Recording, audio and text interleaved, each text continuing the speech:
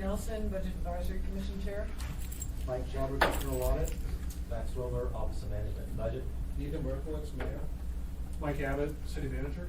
Robert Harris, CFO. Tim Steele, Assembly. Pete Peterson, Assembly. Elby Greg Jackson. Bill Evans, Assembly. And since there is not too many in the audience, please, folks in the audience, introduce yourselves. Meyer Hutchinson with the Mayor's Office. Devin Kelly with the ADN.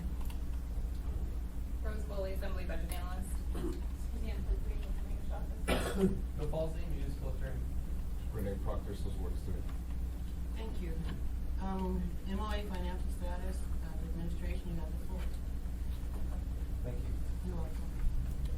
I'm not sure that there's, I'm gonna turn it over to, I don't think there's much to report on the financial status, but I'll leave that to Mr. Harris if he wants to add anything. I have a short presentation I'd like to share with the committee on the status of our 2016 and looking forward to the first quarter.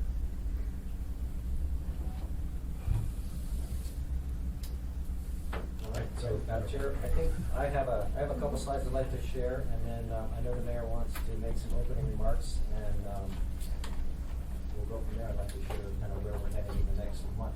First quarter. Thank you very much, Madam Chair. Let me begin with the good news. Revenues for 2016 are going to be higher than we initially forecast. Fund balance for this past year is $14 million. That's the good news. And it's $14 million because of prudent management, and we have been also the recipient of a little bit of good luck. Now here's the reality that we have to confront.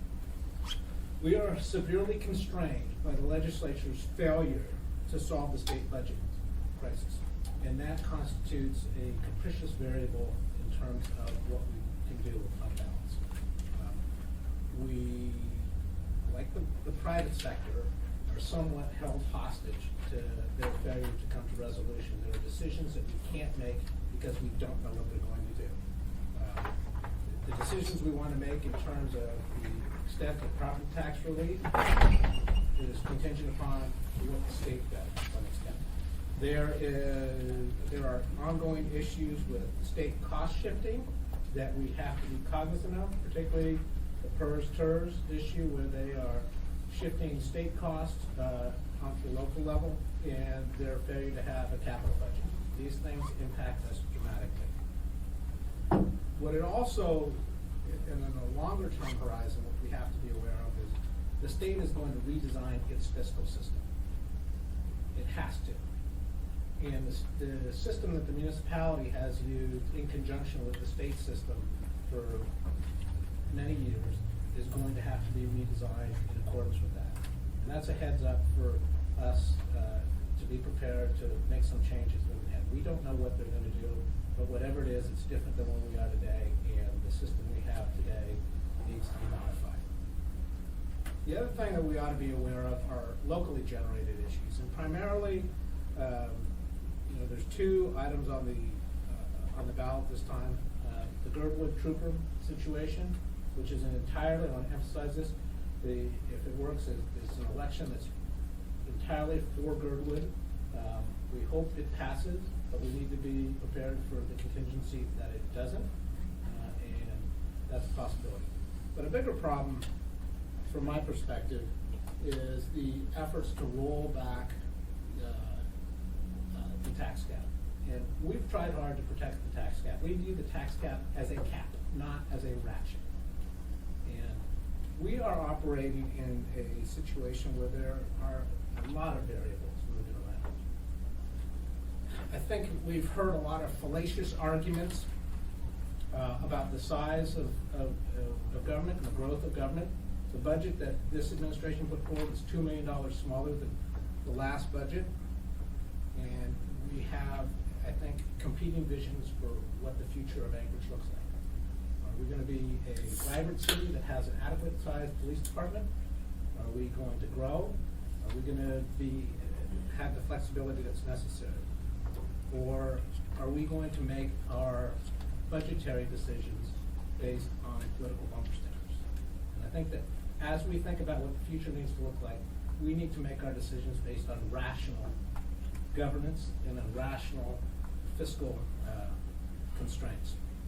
So we are in some ways, or in many ways, impacted by what happens at the ballot box on the 8th. The last comment I want to make before I turn it over to Lance is, all of us who help manage any institution, in this case it's a municipality of Anchorage, have two sets of responsibilities. We have foundational responsibilities. We have to take care of today's issues. We have to make sure that we are living within our means, that our budgets are balanced. But we also have aspirational responsibilities. We have to make sure that the conditions are in place for us to grow and to expand and to take advantage of opportunities that come our way, as well as potential responsibilities that emerge in the future. And we need to, as we contemplate what we're going to do with our fund balance, be prepared not just to satisfy the responsibilities of today, but the opportunities of tomorrow. And those are the parameters that we're operating in. So thank you. Thank you, Mr. Mayor. Before you continue, Mr. Wilbur, I'd like to recognize Chairman Trainor has joined us. Thank you, Mr. Wilbur. Please begin your presentation. Thank you, Madam Chair. Can somebody dim the lights a little so we can see better, please? Thank you. Perfect. I have a few slides I'd like to share, and then I have copies here that I'll pass out as soon as I'm finished, and you can take those with you. Again, I just want to reiterate some of the mayor's comments here about sort of our philosophy on how we're looking at first quarter right now, and then as we move through the month of April and through the legislative session towards the end of April. We're looking into the future to figure out what our options are and keeping our options open. And I think and that's our plan at this point right here. I want to really touch on the highlights of the general government. This presentation is really going to be in two pieces. One, we're truing up 16, which is one piece of the first quarter revisions, and then the other is when we have fund balance, how do we want to apply that fund balance? So that'll be the other. And then right at this moment, we don't have any recommended changes for the utilities and the enterprises through the first quarter. And then I want to share the schedule ahead of us. So let's talk a little bit about 2016. As the mayor mentioned, our revenues are up. When we build any budget, our revenues are based on a projection. As that fiscal year closes and as we get better numbers in the first couple months of 2016, our revenues are up a little bit. Some of these are related to a combination of things, the bed tax. There's some other revenues that are compiling about $170,000. It's not a significant amount of money, but it's money moving in the right direction. Some of the things that we have seen since the budget's been approved, there's two areas that we know we're going to have to make some adjustments as it relates to 16. One is IT software needs and marijuana. And so we're going to be looking into presenting some details on those, but you can expect to see those two items on the agenda for adjustments for 2016. So on the fund balance, as the mayor mentioned, a combination of things have got us to this number of 14 million. Is a combination of, we've asked departments to save as part of 2015 through some smart management on their part. We were able to have some funding from 2015 to carry over into 2016. A couple other actions, the recent legal settlement on tax allows us to bring about $1.7 million into the fund balance from that settlement. We also had a tobacco settlement that brought about $1.1 million into that. Again, but we have been fortunate enough to, our revenues have resulted better than our original projections. So the sum total of those things, expenditures and revenues, have got us to the number that about 14 million. The things that the administration's looking at right now for one-time expenditures, we are aware of the vote by mail, a request to put some additional funding in there. The administration is very interested in putting some additional resources into homelessness and how we address those concerns and problems that affect many departments in the community. We are aware that we will be needing some additional fees for attorney services, and we also know that we have some needs in utilities and facility adjustments. Mainly that has to do with upgrades and maintenance of things, not necessarily new facilities. As the mayor mentioned, our future is a little uncertain, so we're looking to right now hold about 11 to 12 million of that proposed, or that fund balance. And it can be used for one or a combination of things, and it depends on a lot of actions. As the mayor mentioned, the opportunity to provide some property tax relief or property tax rebate is something that the administration is considering. We can put some of those resources into our fund balance, more of it into our fund balance, and shore up and enhance our bond rating. The decision, as many of you are aware in this room, the decision of the legislature is on PERS. If they move the percentage from 22 to 23% for our contribution, that's a couple $1 million. They modify their current plan. Right now, we're planning on $9 million in revenue sharing. If they modify that, we're going to need to figure out a way to recover for those things. There's an opportunity to look into the future, to use some of these resources to hold and reserve, or looking for one-time things into the future. And there may be some other options the Assembly is considering. We have a MOA trust fund. We could put some resources in there. That might be an option that we are looking at. But really, we're sort of limiting our spending for this fund balance projection as results of 2016 moving forward. So a little bit about the schedule. As the result of the elections, as the mayor mentioned, we will need to tweak whatever submission we put together. We can't predispose how the electorate will, how they'll turn out, how the results of the election will be. So how that election turns out will affect how we build our 2016. As Shirley and her committee meets the day after, so we want to visit with them as soon as we possibly can and kind of share them with the latest information that we have. It's the administration's intentions that sometime between the 8th and the 12th, depending on the amount of work that we have to do doing IGCs, but you can, the first quarter submission will be an addendum to the agenda for April 12th. It'll be introduced on the 12th. This committee meets before your following, so hopefully we can come back to this committee and share the proposed first quarter revisions with more detail by department and a variety of other issues. Work session, if the committee wants to do that, or if the Assembly wants to do that, and we're looking forward to approval at the last meeting in April. And the reason that date is important is soon after that, moving into May, we'll be putting together the assessment and setting the mill rates for all of those particular areas. Then that allows us to put out the required information for property tax changes like that. So it's a very brief presentation, very high level. I think it's helpful to get you a sense of where we're going. We still are working out the details, and there's a lot of decisions yet to be made, Madam Chair. So if you have any questions now, I'd be glad to entertain those. If you have any questions or specifics anytime in this process, please send them to my office, and we'll respond to you through the mayor's office and the manager's office. So this is it, you're done? Yes, ma'am. Thank you, Mr. Wilbur. Any questions? Really? All right, then, we're gonna move on. Thank you very much for your presentation. Thank you, Mr. Mayor, for your comments. All right, that was quick.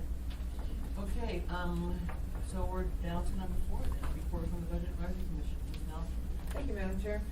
Just a quick, I wanted to verify that you, Mr. Trainee, you had requested that I forward the responses from the assessor's office on the 20 questions that came for the property tax exemption. Did you receive that? No, I've not yet, and I would like to get it. But did anyone? I saw. You did? I didn't get it. Bill, I sent it to everyone, so. Did you see it, Bill? A few weeks ago, right? Yeah, it's been shortly, I'd say a week and a half, somewhere Okay, in there. so I saw it, but I would recommend that you resend it. Resend it. Please. Thank you. Okay, so I just sent it to all Assembly Why don't you members. send the clerk's office? I did.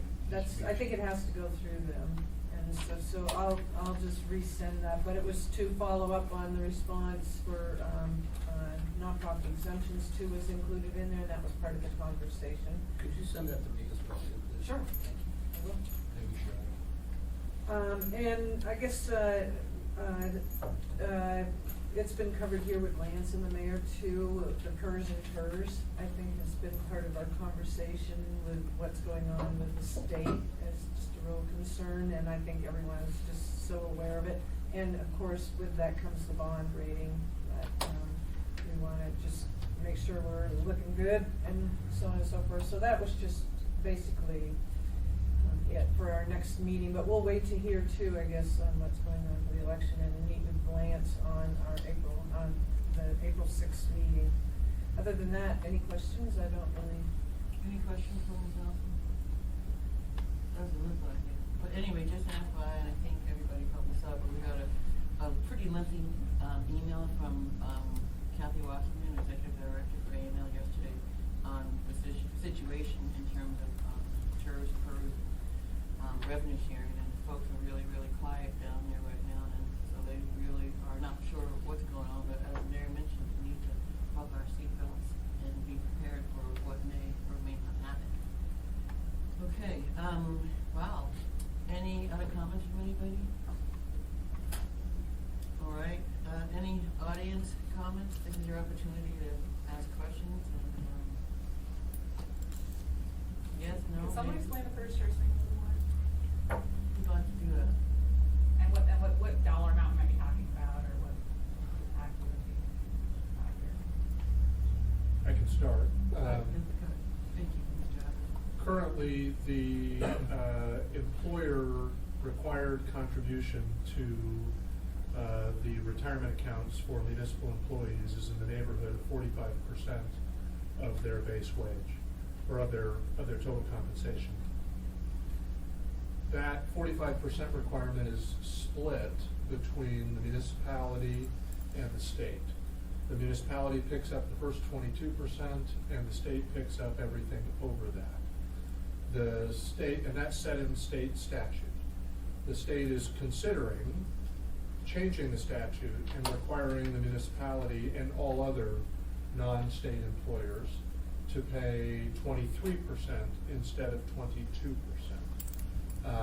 And there's a similar change in TERS, which is the teacher retirement system. Although that doesn't affect the muni specifically, it would have a big impact on the school district. The impact of that 1% change for the municipality would be approximately $800,000 to general government. There's a little bit of extra from the utilities and other fund sources, but the tax-supported portion of that would be approximately $800,000. So, depending, what's that? And the school district. Yeah, and the school district impact would be another $1 million for PERS and $5 million, I believe. Or no, north of that, excuse me, yeah, as much as $13 million for TERS. But the TERS numbers, there's a little bit more variability in what the legislature is proposing. There's been proposals for a 5% increase in the first contribution, and I think even an 8% increase. So that number is in a little bit more in flux. But the muni contribution, the number that's been contemplated is a 1% change, which has a big impact on us. Thank you, Mr. Abbott. Mr. Steele? So the bottom line is they're looking at taking it out of Hyde rather than doing something like a cost share bond. That's correct. It would, the requirement would be, the state is currently paying cash for their contribution, and they're considering whether we should pay a portion of what they are currently paying. Look, from my perspective, a deal's a deal, and the deal we had was what it was, and for them to change the deal just because it's a question of convenience is hugely problematic. And the question is, whose fault was it? And it was determined to be their fault, or at least kind of agreed to that it was It doesn't the matter, state's at this fault. point, a deal's a deal, and just as I've heard the arguments in general about the necessity of the oil industry to have stability and certainty with the taxing regime, so deals that they make with local governments are deals that they have to adhere to. Thank Well- you, Mr. Steele. Thank you, Ms. Mayor. Do you want to Will continue? that pay it off quicker? I mean, or will it pay it off at all? It's just a shift. Thank you, Mr. Steele, Sorry. Mr. Trainee, Mr. Mayor. And, I have to make a comment too, you know, you can call it a deal or a promise, but I've been saying this forever. Promise is a promise. That's all there is to it. Any other questions from anybody? I'm wondering more about the budget surplus, and maybe we can talk about where that money comes from and how did we come across such a large sum of money? So let me address that. As I mentioned earlier, the combination of, well, in the past, the number has been between $9 and $10 million. The reason this number is a little bit more than that is because of a couple big items. One is you received a tobacco settlement that was about $1.1 million that we added that in. We also, there was a recent law case that had to do with how we tax properties that are owned by the oil industry here. That settlement then relieved about $1.7 million. So that's that. We also asked departments in 2015 to save money in the event that we would need some additional resources in 2016. That happened as well, and our revenues from a variety of sources have been better than projected. So that's the combination of those four items are really how we got to this number. Through the chair. Mayor? It's important to emphasize that when the revenues are better than anticipated, it is a sign that things are going well. And I want to emphasize that because you hear a lot of discussion about how things have gone off the rails and doom and gloom, and it's not the case here in Anchorage. The fact that municipal revenues are doing well says that our housing market, it's tight, but prices are at least stable, if not going up. There's more people coming into our hotels, and so there's more bed tax. So our economy has signs of real strength here. And we need to remember that in the face of all the doom and gloom that's out there. And.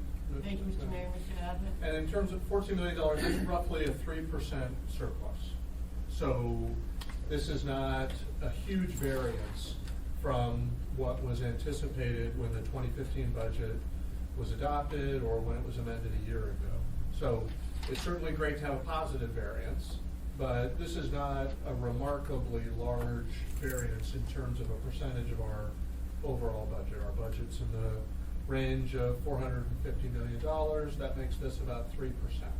So it's better than a sharp stick in the eye, but this is not an indication that we under budgeted dramatically a year ago, or that we're in a significantly different financial position than we were at that time. Thank you, Mr. Abbott. Mr. Trainee? As the mayor said, Anchorage is growing. I just met with a company bringing a new hotel in right next to Lowe's, about 300-room hotel company. So as we look at Anchorage, it's growing. They're doing that because they have faith in what this town's doing. So doom and gloom people need to look at what they're saying. Thank you, Mr. Trainee. Mr. Peterson? Thank you, Madam Chair. And I think it's great that we have a fund balance, especially since we don't know what the legislature is going to do. It does put us in a good, stable financial situation that if they did in fact decide to backtrack on their promises, that we would not be having to look somewhere to try to slash programs or our budget to try to fill that hole. So it's fortunate that we have a fund balance going into an unknown financial future. Thank you, Mr. Peterson.